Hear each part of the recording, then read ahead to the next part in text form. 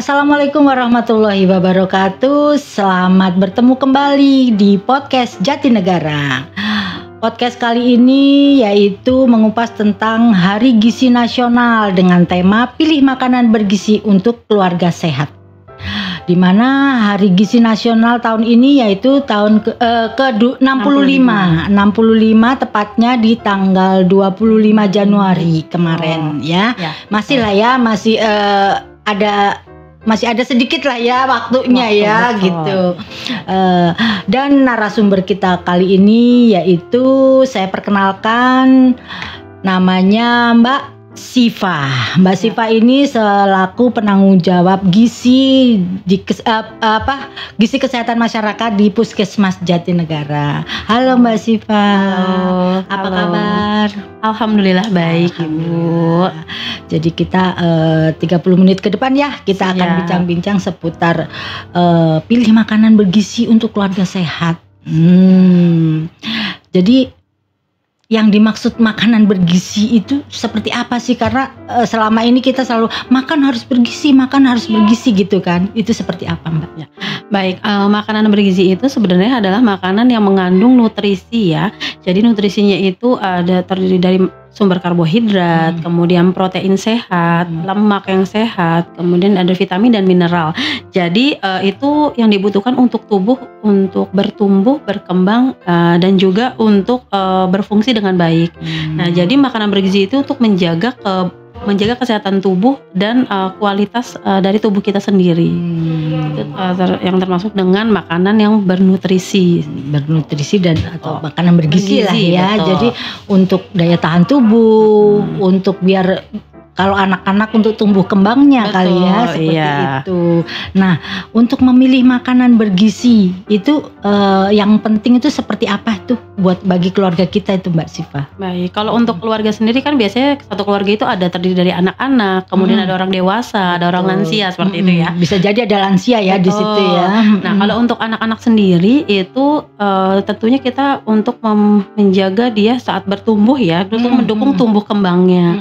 Kalau untuk dewasa biasanya untuk menjaga kesehatannya dan juga untuk mencegah terjadinya berbagai penyakit seperti itu.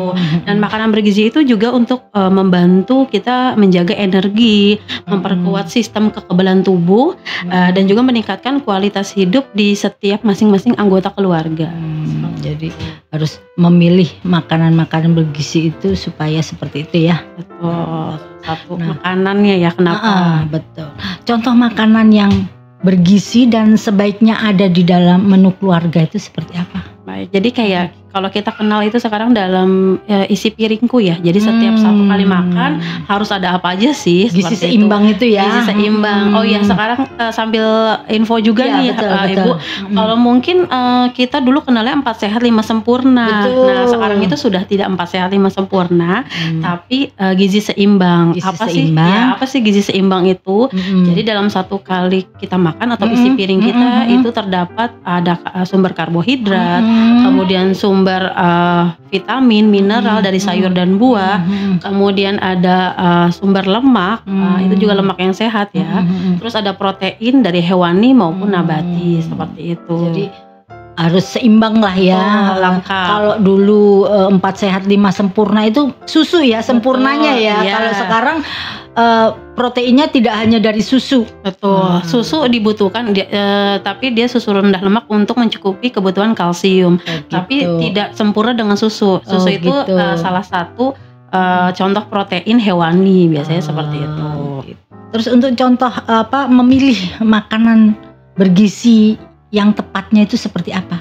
Oke, kalau untuk biasanya ibu-ibu berbelanja gitu ya, kalau misalnya belanja, pilih makanan biasanya kita lihat kesegarannya dan pilih bahan makanan yang alami, tidak banyak menggunakan bahan tambahan pangan maupun bahan kimia seperti itu. Terus kalau misalnya kita memilih makanan kemasan juga itu jangan kita harus melihat kadaluarsanya. Dan kemudian di situ periksa label. Misalnya ada kandungan gula, garam dan minyaknya seperti itu ya. Karena di sini kita tidak boleh juga terlalu tinggi garam dan terlalu tinggi lemak dan gula.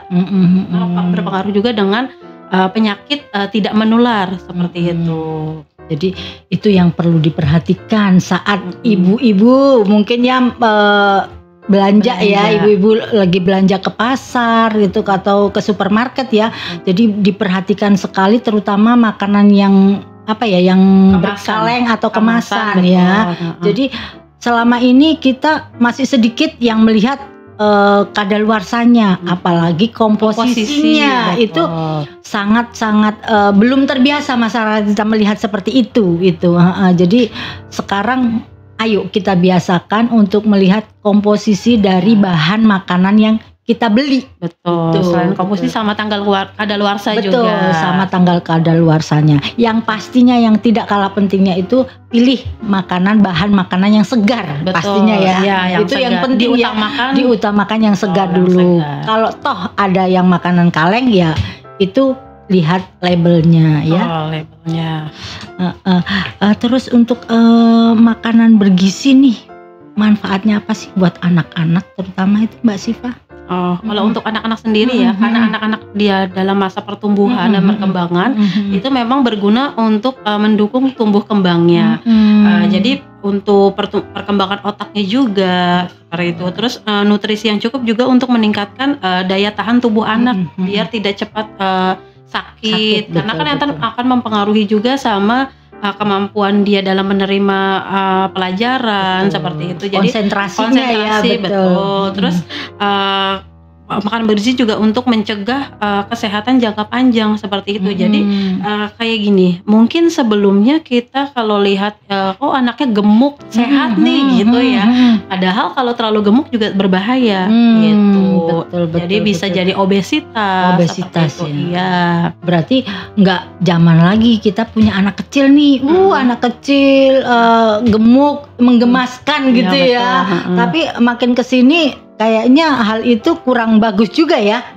Gimana memang itu? Perlu diperhatikan, apalagi misalnya masih ada balita yang suka menimbang di posyandu nih Bu ya. Nah nanti ibu juga lihat nih di buku pinknya ya. Jadi di buku KIA ya. Betul, buku pink yang buku KIA masing-masing anak harus punya nih Bu ya. Jangan sampai nggak punya. Jadi itu seperti identitas si anak ini. Jadi semua itu di buku pink atau buku KIA itu sudah lengkap. Misalnya datang ke posyandu ditimbang di plot ya, biasanya sama kader atau petugas dilihat penimbangannya ini sudah sesuai atau belum. Di garis merah kah atau di garis hijau atau di atas garis hijau. Kadang kuning juga udah warning ya. Warning betul. Jadi itu harus dikonsultasikan juga. Jadi tidak selalu yang gemuk banget itu sehat juga. Iya betul ya. Jadi sebenarnya buku pink itu kan pada saat hamil ibu itu udah dapat ya buku KIA ya namanya ya. Iya itu buku KIA. Jadi itu ada di situ sampai berapa itu digunakan itu buku pink itu. Untuk buku pink sendiri sampai anak usia 5 tahun masih dipakai masih digunakan. Masih ada informasi di situ ya. Betul. Itu benar-benar lengkap banget di buku pink itu. Tadi kita bicara tentang manfaat makanan bergizi buat anak-anak, ya kan? Terus bagaimana sih cara menyiapkan nih makanan yang biar nilai gizinya itu tidak hilang ataupun berkurang seperti itu, tapi terutama buat ibu-ibu pekerja nih, itu makanan kita siapkan praktis dan cepat gitu. Bagaimana itu? Baik. Kalau untuk cara menyiapkan ya, biasanya kita juga biar praktis pilih bahan makanan yang mudah ditemukan, kemudian mudah dimasak juga seperti itu. Jadi boleh kok nanti kita itu menyiapkan bahan pangan yang bisa kita bekukan. Misalnya ayam boleh sebelum jadi tinggal masak. Jadi sudah kita bumbui atau kita prepare dulu gitu ya. Jadi sudah di dalam kotak-kotak. Sayuran juga seperti itu, sudah dipotong-potong misalnya. Sudah disiapkan selama untuk misalnya seminggu ke depan misalnya seperti itu. Kemudian pemilihan bahan makanan juga harus diperhatikan. Misalnya kalau ayam nih lebih baik sih tanpa kulit ya kalau untuk ayam, untuk sumber proteinnya seperti itu.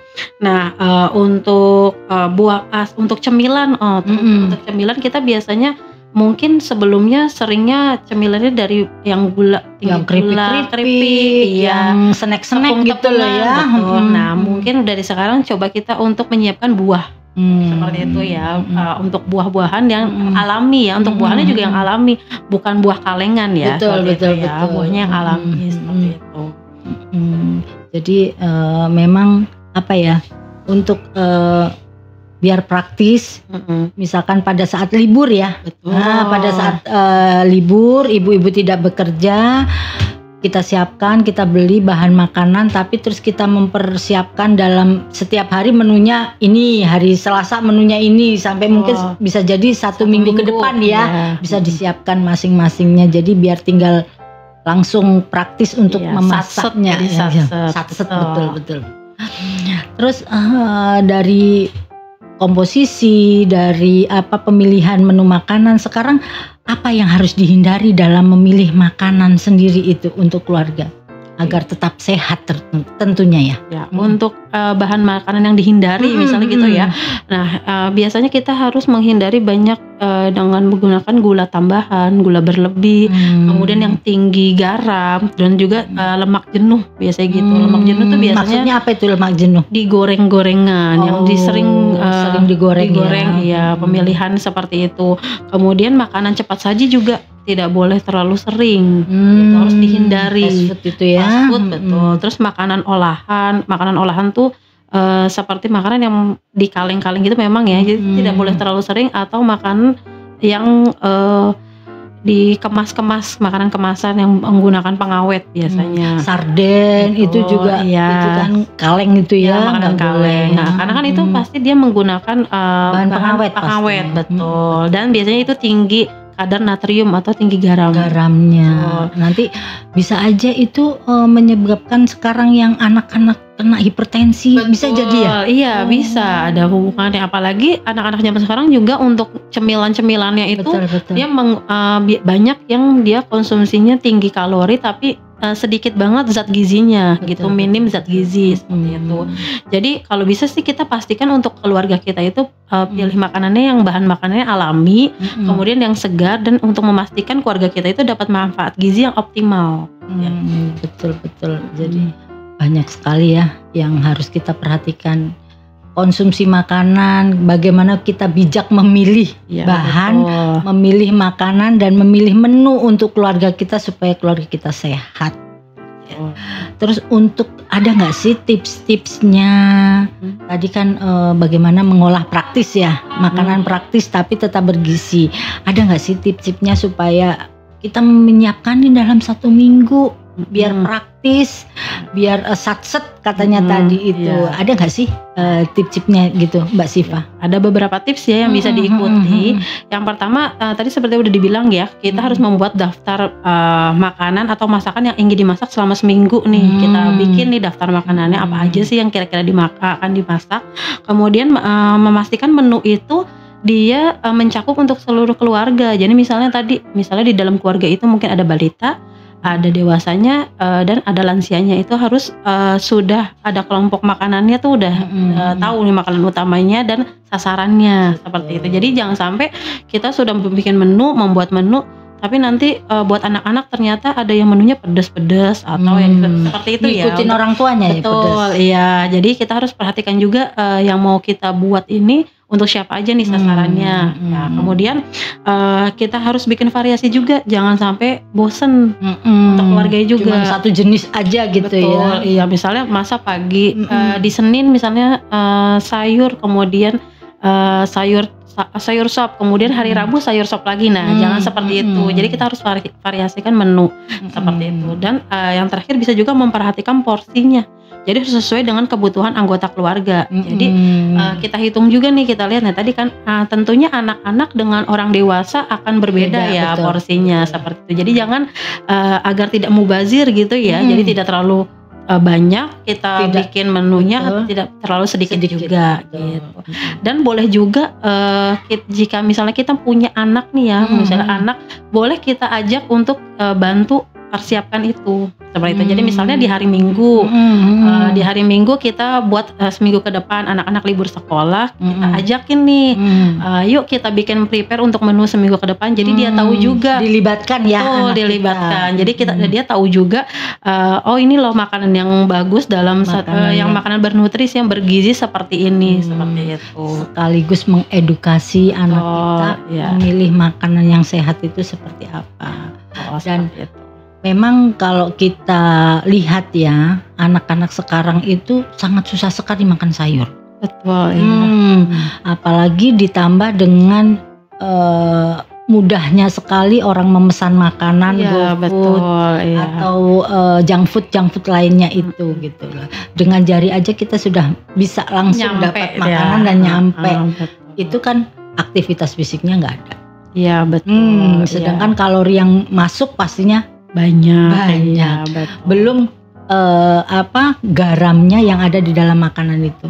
Iya betul, seperti itu.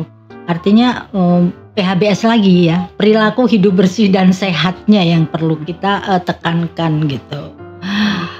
Betul. Udah cukup ya Mbak Siva untuk bincang-bincang kali ini, atau ada tambahan lagi atau pesan-pesan mungkin buat ibu cerdas kita ya, mungkin pemirsa yang sedang menonton podcast ini? Boleh mungkin pesan sedikit ya, terutama karena beberapa kali saya kan juga suka dan tim itu suka turun misalnya pengecekan ke sekolah-sekolah, itu ternyata hampir banyak yang mungkin di atas 50% ternyata anak-anak sekolah di kita itu tidak pernah sarapan dulu. Nah ini sebenarnya peran keluarga sangat berperan ya di sini ya, jadi menyediakan makanan sehat dan menu sarapan ya. Jadi kalau bisa sebelum dia berangkat sekolah sarapan dulu, perutnya seperti itu. Terisi dulu ya. Kan tadi balik lagi ke yang rencana apa sih manfaatnya dia untuk dia meningkatkan konsentrasi belajar dia, seperti itu. Kalau perut kosong biasanya kan kurang konsentrasi. Iya, dari situ sih mungkin pesan-pesannya sedikit pesan. Jangan lupa sebelum berangkat sekolah beri sarapan sehat ya, sarapan sehat buat gitu anak kita ya. Tapi satu pesan lagi boleh sarapannya sekali. Boleh Bu, nasi uduk nih boleh, tapi jangan nasi uduk terus bihun terus kentang. Nah terus telurnya cuman berapa iris, nah tempenya orek aja gitu ya. Gitu. Jadi itu terlalu banyak karbohidrat. Ingat pesan isi piringku, dalam satu kali makan harus ada sumber karbohidrat, kemudian protein, sayur, lemak yang sehat dan vitamin, dan jangan lupa ada buahnya juga, seperti itu. Buah sayur itu jangan dilupakan ya. Betul. Baiklah, bincang-bincang kita kali ini sangat menarik terkait dengan asupan makanan yang bergizi terutama buat keluarga. Yang pasti ibu yang cerdas akan memilih buat terbaik, memilih makanan yang terbaik buat keluarganya. Saya akhiri bincang-bincang kali ini, mudah-mudahan bermanfaat. Kita akan terbuka dengan komentar ataupun saran di bawah ini ya, komentarnya bisa ya Mas ya. Oke, bisa katanya. Silakan, kita terbuka. Mungkin ada saran, kita pengen ini terkait dengan gizi, apa sih yang biar masyarakat itu tahu, atau biasanya ada kendala-kendala apa di dalam masyarakat terkait dengan pemenuhan gizi atau olahan makanan yang sehat seperti apa. Monggo silahkan beri komentar kami. Boleh juga lewat komentar. Boleh, sangat boleh, silahkan. Mungkin itu aja. Terima kasih atas perhatiannya. Wassalamualaikum warahmatullahi wabarakatuh. Terima kasih Mbak Siva. Terima kasih.